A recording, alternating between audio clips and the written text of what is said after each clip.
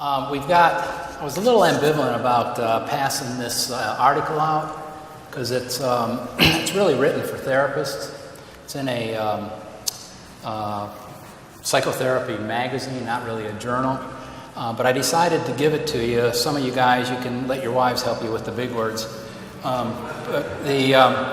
It's really a nice sort of history of family therapy, marriage counseling, and it's written by Julie and John Gottman, who are sort of the king and queen of marriage research. And then the other one is Married with Children. Just a little bit of playful props to I'm going to reference these things along the way. Not going to necessarily be in quite that order because I shifted things around a little bit. So I can see that the people looking for free therapy have returned. So here we go. Let me start out with, I was looking for a definition of marriage, and so I found the one that is probably the most politically correct. Any of the diverse forms of interpersonal union established in various parts of the world to form a familial bond that is recognized legally, religiously, or socially, granting the participating partners mutual conjugal rights and responsibilities, and including, for example, opposite-sex marriage, same-sex marriage, plural marriage, and arranged marriage. Anthropologists say that some type of marriage has been found in every known society since ancient times. And then a couple of quotes from some people. George Bernard Shaw in 1908 wrote, "When two people are under the most violent, most insane, most elusive, and most transient of passions, they are required to swear that they will remain in that excited, abnormal, and exhausting condition until death do them part." Franz Schubert, the composer, "Happy is the man who finds a true friend, and far happier is he who finds the true friend is his wife." And then Anonymous, whoever he or she is, "A successful marriage requires falling in love many times, always with the same person." Friedrich Nietzsche, the philosopher, "It is not a lack of love, but a lack of friendship that makes unhappy marriages." Martin Luther, "Let the wife make the husband glad to come home, and let him make her sorry to see him leave." Abe Lincoln, "Marriage is neither heaven or hell, it is simply purgatory." Groucho Marx, "Marriage is a wonderful institution, but who wants to live in an institution?" Henny Youngman, "The secret of a happy marriage remains a secret." And then I was told this one yesterday, Gary Shandling, the comedian, "My friends say that I have a problem with intimacy, but they don't know me very well." So what we're going to do is I want to tell you some general concepts about marriage. And I'm going to spend a little bit of time on what not to do, but I'm not going to spend a lot of time on that because the Gottman article covers that pretty well. In fact, I'm going to reference their categories. Then I'm going to tell you some things to make sure you do. And then finally, the nuts and bolts, some specific things to do. Okay? One of the reasons I wanted to do this, particularly here in church, is it is my belief that marriage teaches us more about our own sinfulness than anything else. If you really wonder if you're a screwed up sinner in need of redemption, just get married. It will bring out within you the most dark sides of who you are. We behave in marriage in ways that nobody else ever gets to see us behave. We think things that we're never going to think out loud. Our attitude, our presence with each other, that it's guaranteed to show you how much of a sinner you really are, because that's one place where our nakedness is truly exposed and you can't hide. If I had some money for every time I've heard in marriage counseling, if he or she would only treat me the way they do their friends, or just if he or she would treat me if only the way they treat the Kroger clerk or the stranger or everybody else. So marriage is one of the places that we can't hide who we are. Hopefully we bring the really good stuff, but we can't hide from the hard stuff. We bring that along with us. And our spouses get to see us in a way that nobody else gets to experience us.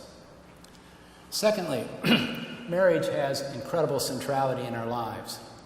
Is how our marriage goes affects everything else we do. When we are feeling very connected, we are feeling close, we are feeling that emotional intimacy. Everything else in life is just a tad easier. And when we're out of sync, and when we're disconnected, and when we're disrupted in our connection, then everything else has just a little bit of edge to it. It has that kind of centrality. In family work, what I say to people is the best parenting you will ever do is to make sure your marriage works. It is simply a rule of thumb in systems work that if the marriage is humming really, really well, kids will get what they need. And yet, given that centrality, we run no other arena of life as sloppily as we do marriage. In every other arena of life, we are always taking stock. What's working? What's not? What has become obsolete, no longer fits who we are? What do we want to perpetuate? What do we want to sort of add to it?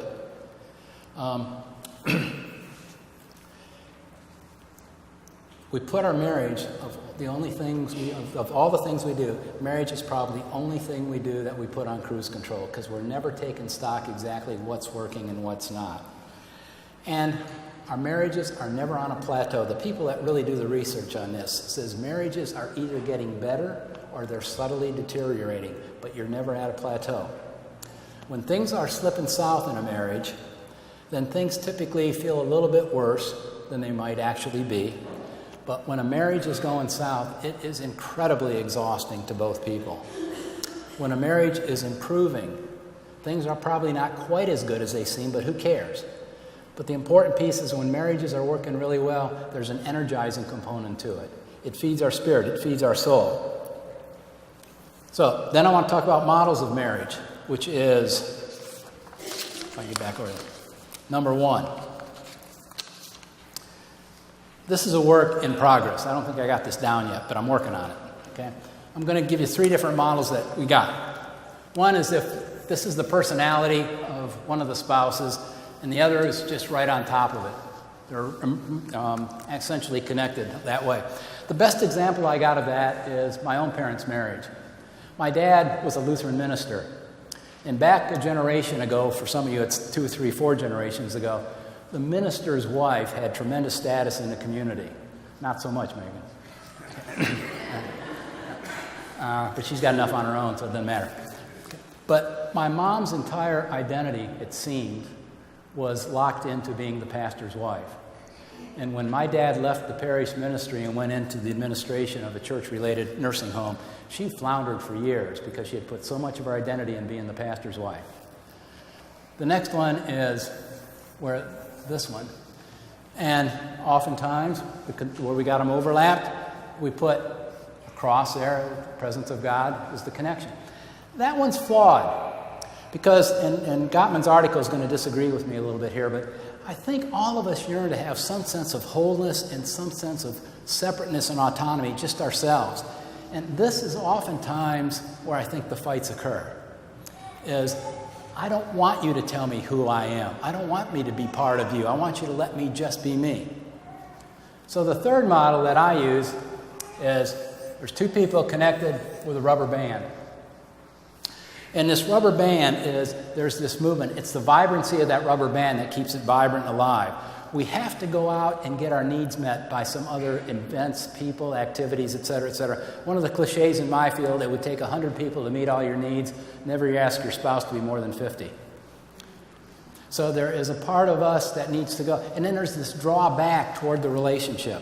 And it's the fluidity of that rubber band that keeps it growing and keeps it dynamic. And then we put a circle around all of this and put the presence of God over all of it. Does that make sense?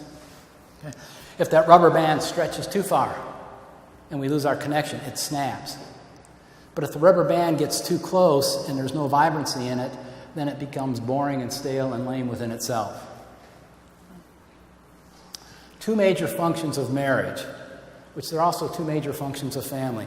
One is the executive function, the other is the nurturant function. Now, the executive function is getting it all done, paying the bills, disciplining the kids, cleaning the gutters, etc. I may have referenced this last time some. The nurturant function is the emotional intimacy, the physical intimacy, etc., etc. We call the executive function, we call that the human doing. The nurturant function, we call that the human being. Both have to be vibrant. Both have to be worked at. My example of the nurturing function comes out of family work.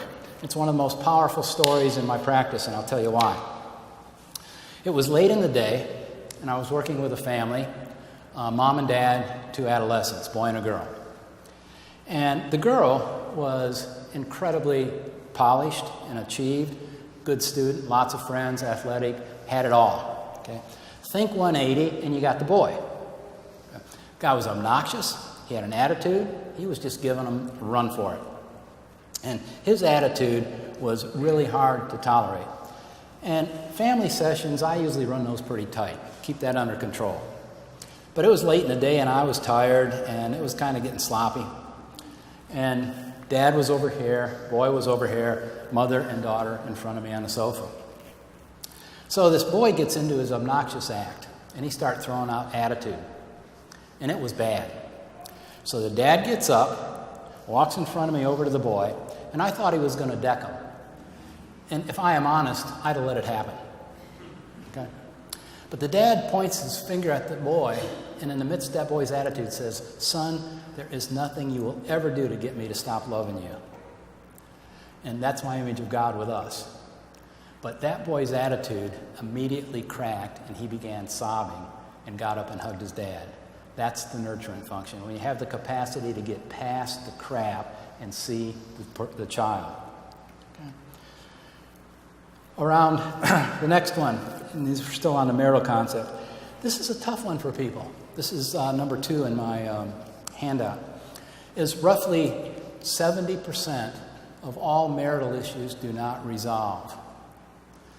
We have high expectations that more than that are supposed to happen. That just leaves us 30% that resolve.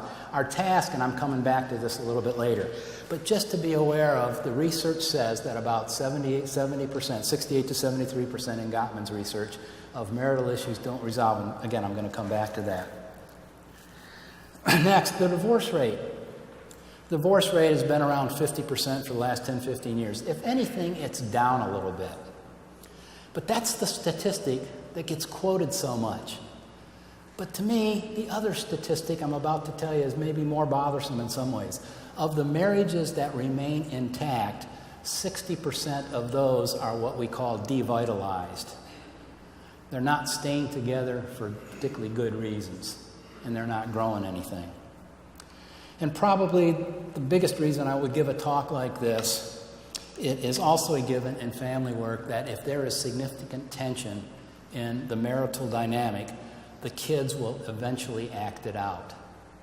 And I don't know, but I would suggest a high level of kids that end up needing counseling or having difficulties, it's because they're acting out the tension in the marital dynamic. The 4 negatives. This is Gottman's work. I'm going to use his categories.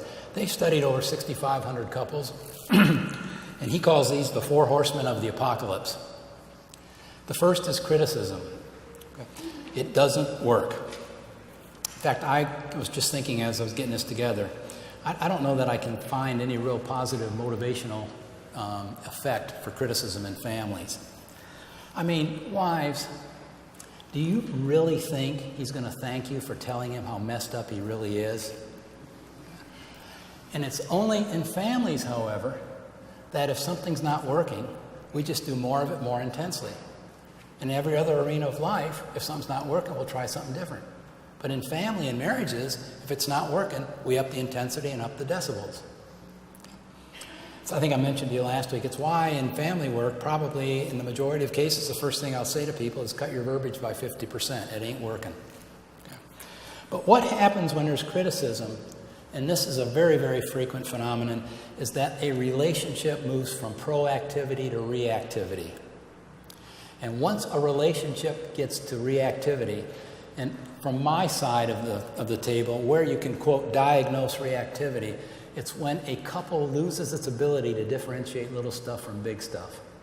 That something about this big seems to blow up in about the same category as something potentially life-threatening or a safety issue. In these kind of reactive relationships, the most frequent comment I hear is, we can't quite remember where I started. What the reactivity then, if that's not broken, leads to is people start thinking in absolutes. He never, she always, nothing, everything.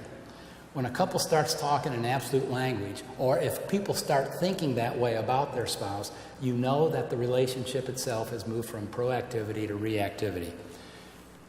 I don't know if I can explain this, but one of the things that is a work in the work that I do is dynamic always trumps content. If the dynamic has become reactive in the relationship, it doesn't matter what you put in the subject line, because it'll all end up the same. In my work, if you cannot break reactivity, you never get to deal with content. Okay? So, rule of thumb in arguments is you always stick to complaints. You never talk about character. You never criticize who the person is. There is no name calling. The notion of sticks and stones, but names will not, that is just wrong. Names will hurt. Okay? And then, if you stick with that long enough, I'm really hitting, this is the bummer part, it'll get better, okay? Then this leads to where a couple puts on, each of them put on a pair of glasses through which they look at each other. And if those glasses are tainted and tinted in a particular way, then the other person, it doesn't matter what they do if they're seen that way. NPR touts this time of year, or every time around an election, the famous Cornell study, which has been replicated a bunch of times. And in that Cornell study, what they found, and we see this in political stuff, but we also see it in marriage and family, that once a person creates a belief, facts don't matter. And so once people create an image or a belief about each other, then the other person is going to be locked into that perception and can't break free of it. Now this next piece, which is, if I can find it, which is number 4. You're probably wondering what that is. Okay.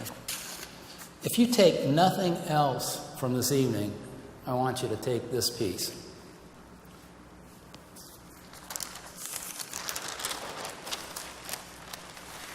In marriage,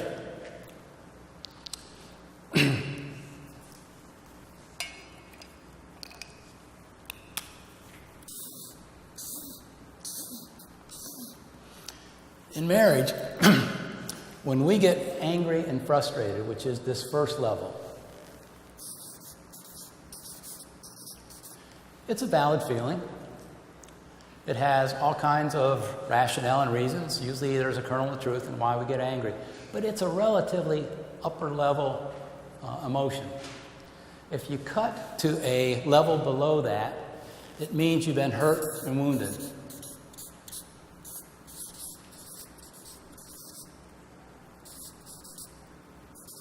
It's where the tears are. Again, valid. Gotten angry, been hurt and wounded. But those are relatively superficial in the scheme of marital work. People will ask me, what are the biggest problems that come into your office? Is it sex or is it money? It's neither. This is it right here. We're getting to it. If you cut to the tier below it, it means I feel devalued and disrespected. And then if you get to the deepest pain of all, and here's some sermon material for you. The deepest pain of all is when you feel anonymous and invisible. So when people are angry, frustrated, hurt, and wounded, what it means is they're feeling a violation at one of these bottom 2 levels. And so what you work hard as a coupleship, and what I work hard in my office, is getting people to live down here where people are feeling valued, respected, and how biblical is it to be known? It's at this bottom level. It's why kids of neglect have a worse prognosis than kids who are hit. Not that that's okay, obviously. Okay? But feeling anonymous and feeling invisible is the deepest pain that we experience. And when we get hurt and angry up here, it means that we're feeling some sort of deep pain at one of these bottom 2 levels or both. Does that make sense?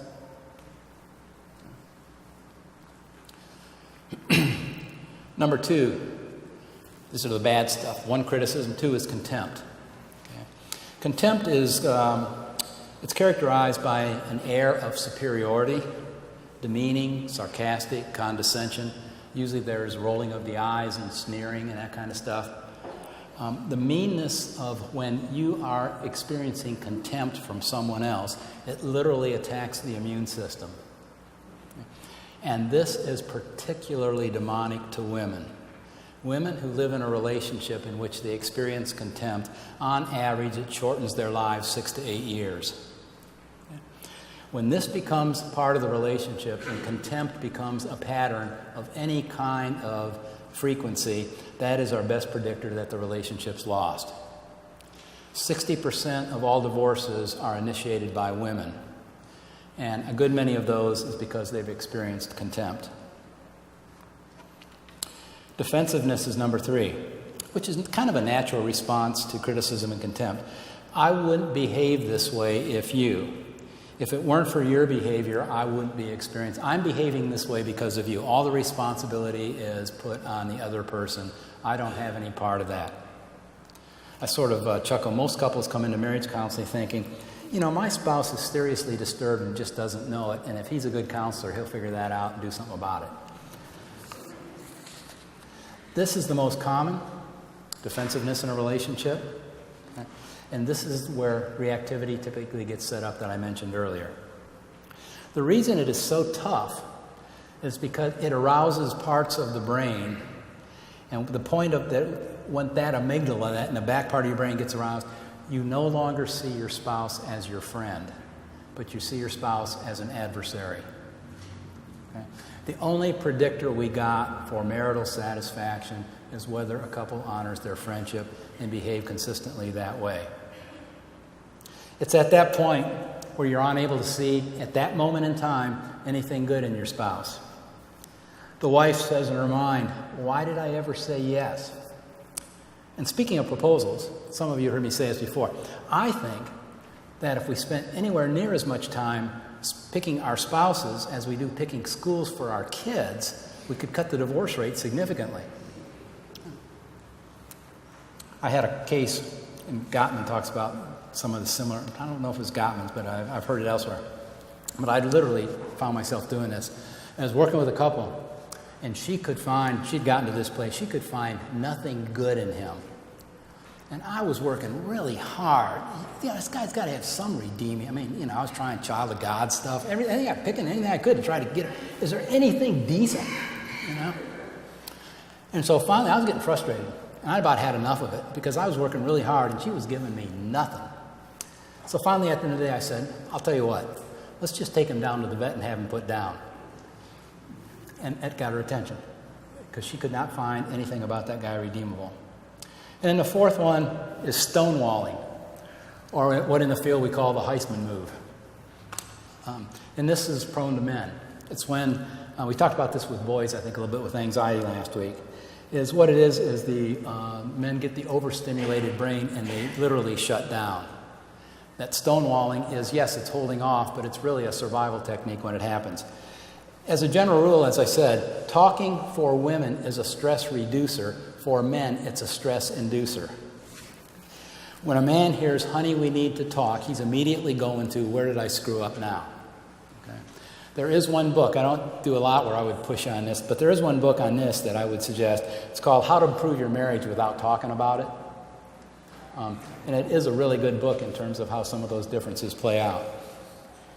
If all four, criticism, contempt, what was the third one? Defensiveness and stonewalling, if they are all present at the same time, statistically the marriage will end in less than 6 years.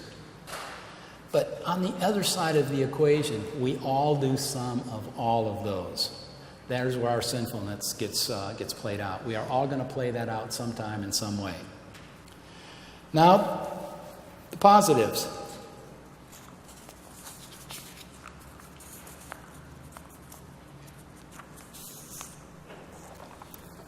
This is number 7. This is what you want to have in your relationship, a strong sense of we and us. When I'm looking at a couple sitting across from me, there is him, there is her, and then there's this third entity called their we and their us. People tend to come in at the at the end of the day for marriage because there's something about their we or us that needs attention. Okay? And a lot of what we talk about in marital work is the we account. And I envision it as you would any other account. You've got to put tons of deposits in that account because life keeps taking withdrawals. When people are in the reactive mode, it usually means that their we and us account is seriously depleted, perhaps bankrupt. That we account, and when we start to try to repair relationships and we're starting to go after the reactivity, one of the first things we'll typically do is try to get some more stuff going in that we account. And then we can talk about how to go about doing that. One of my favorite stories on this is a guy named Carl Whitaker. And I probably saw Carl 30 years ago. And I've been at this long enough, I got to see some of those names in that Gottman article. I was fortunate enough to hear these people speak. But I remember Carl making this statement. He'd been married to his wife Muriel for 54 years. And he said, if something happens to Muriel, I will miss her immensely, but I will miss us even more. And it was that sense of that other entity. It's what you're working on is creating a strong sense of us. Going back, in most couples in this day and time of our microwave culture, is marriages are getting the crumbs of energy if there are any crumbs left. And so that we and us account is not getting the attention it deserves and needs. That includes things like setting generational boundaries. I am in a place where the most often requested speech I'm doing to seniors in high school and their parents. I'm getting to do it at 7 different high schools every year. And one of the things I'll talk a lot about is the generational boundary. And if this is a boundary and above it are our parents, and here's another boundary and below that are our kids, is every primary emotional social need needs to get met laterally. Which means for us, we get our needs met primarily with our spouses, with our friends, with our colleagues, and our siblings. We do not get it met through our kids. By the way, you are an adult. This is borrowing from that same speech. You have to be emotionally, socially, and financially independent. Adult has nothing to do with 18 or 21. You got to be independent in all 3 arenas, emotional, social, and financial. Okay. And then another sense of that and this is on the thing, this is number 5. One of the most important concepts. 93% of all communication in marriage is nonverbal. Couples typically come through my door and they'll say, not always, but typically will say, we're not communicating. And in the back of my head, I'm kind of chuckling, going like, heck, you're not communicating. You're communicating all over the place. It's that nonverbal communication. It's that sense of, what am I like? What is my presence in the presence of my spouse? Is my presence soft and kind and friendly and respectful? Or is my presence a little bit on edge and a little abrupt and brusque and harsh, all the way to it's hard to hug a porcupine? But that 93% nonverbal, as I make a very big deal of that, is I make a very big deal with couples, not just the communication that you're talking verbally, but what are you exuding? For example, and at 93% nonverbal, the statistics say that when you go in for a job interview, the essential decision's made in the first 45 seconds. It's what you transmit. It's what you exude at the nonverbal level that people pick up on, even if they don't know that's what they're picking up on. Okay? But what are you communicating? Are you communicating that you are there and you got this person's back? Or are you communicating, maybe not directly, but maybe not too indirectly, at the nonverbal level, I don't much like you, and paying attention to that. And then, part of the we, sex. Are you allowed to talk about this in the sanctuary? First of all, one of the cliches in my field is sex for men is a microwave, for women it's a crock pot. And that's sound biology. Men are ready, let's go. For women, foreplay starts about noon. For keeping a relationship, and I do think it's an important part of a relationship. Some people say they diminish its significance. I don't. I think it's an important part of the connection. But that's on your thing. This is the 3 ends. To keep the passionate and the physical relationship alive, The 3 N words. Can you really get away with this in the sanctuary? Nice, naughty, and novel. It always has to be respectful. And then maybe a little bit spicy. And then anything you do too much in the same familiar way is going to we just get familiar and it gets a little bit boring and a bit stale. Okay? For women, and this is part of where we have to understand each other, for women, it's very important they be connected for them to want to be sexual. For men, being sexual is a way to get connected. But we have to work with that with each other. We have to pay attention to our gender differences, but we're not, that's one of those 70% you're not going to resolve. You're not going to come at that part of your relationship the same way. And you have to work with that. Okay. Statistically, I don't know that I believe this, but statistically, that when men do feel connected, they end up talking more than women. I don't know that I've seen that much. Number 2, to keep the peace. The state of marriage research right now is not so much on avoiding conflict as in what do you do to repair it. If you've got 2 people, both of whom have their own thoughts, their own opinions, their own emotional life, and their own life experiences, okay, they are going to get out of sync. Now, my job when I'm working with a couple is I am never trying to extinguish those disruptions. I would like to get more time between them.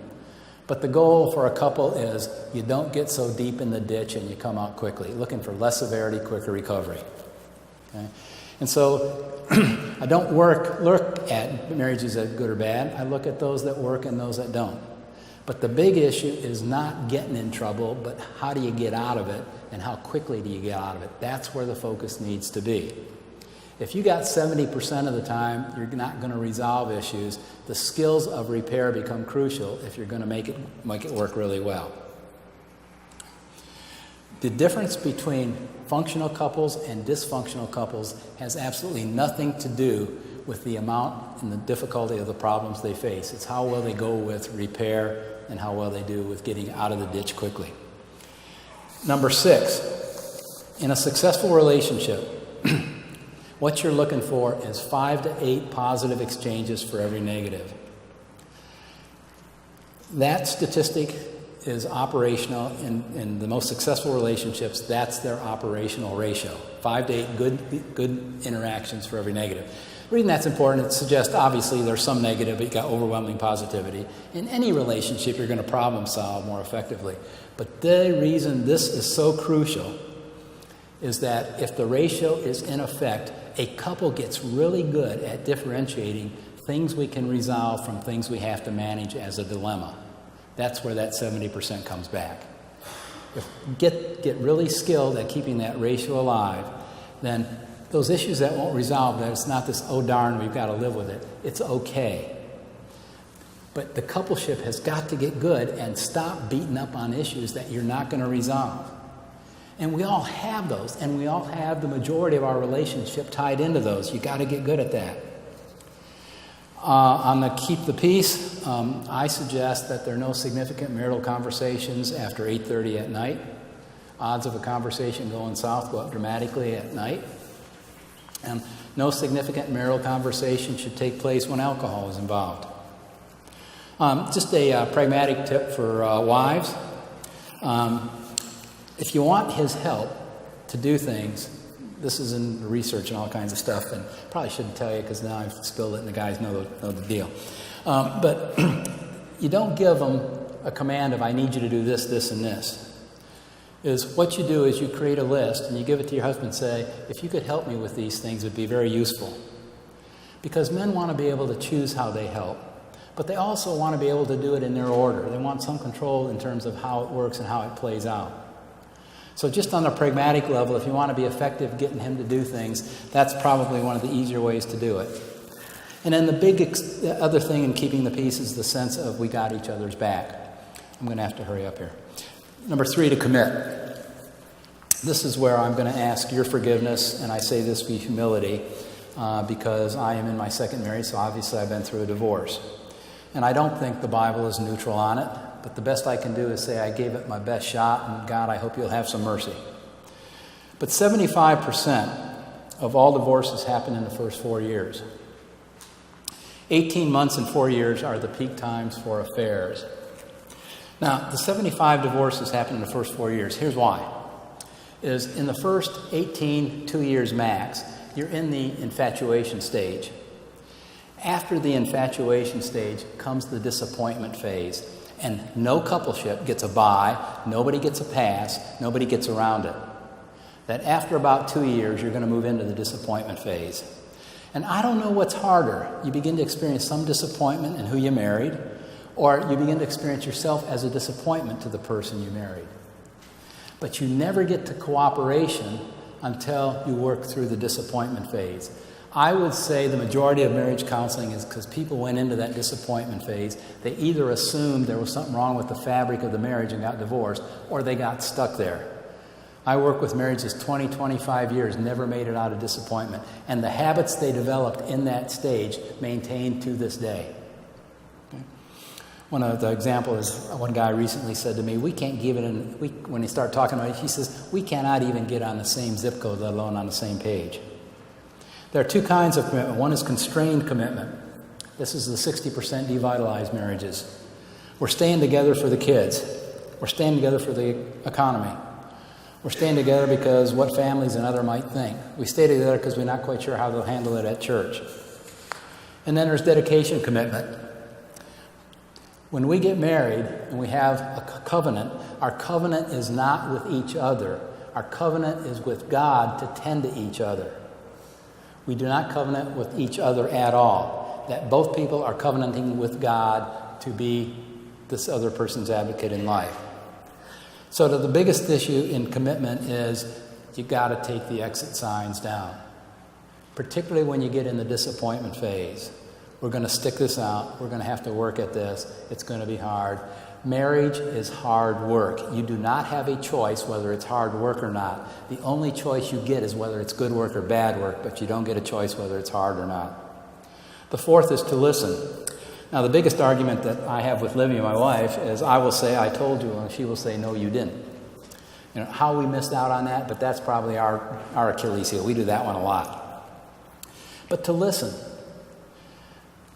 To be there, but not really. And we're seeing this in families. I touched on a little bit with kids. I mentioned even this study last week. 6 out of 10 parents worry about their kids' screen time. But 7 out of 10 kids worry about their parents' screen time. And so in coupleships, you got to stop. You got to listen. Listening takes time. It takes eye contact. If you are going to know me back to that lower level, you're going to have to listen to me. And the last one is to serve. When we get married, we think we're getting this huge gift box filled with friendship, compassion, great sex, good parenting partner, someone with whom we have each other's back. The truth is, when you get married, that box is empty. Is what you get out of your marriage is what you end up putting into it. I'm going to leave that because I want to get to these top 10, and I'm going to run out of time quick because I want to leave a little bit of time. Top 10 ways to, not top 10, but top ways to operationalize. Okay. The most important part of marital life is when you come together at the end of the day. We used to be able to, you could video a couple for 15 minutes, and you could predict the outcome of the marriage when they come together at the end of the day. Now we got it down, you can video a couple for 4 minutes, and you can predict the outcome of the relationship. So what you do, and this is number 10, the 4-minute rule, is, and this is also really good for kids, when a couple comes together at the end of the day, the first thing they do is get out of uniform, whatever they've had to wear for the day's activity. You may give the kids a hug. And then you say to the kids, we need to have just a little bit of time with each other. It's great for the kids to learn they are not the center of the universe. The primary relationship in the family is this marriage. And it takes as little as 4 minutes a day to shift the fabric of a relationship.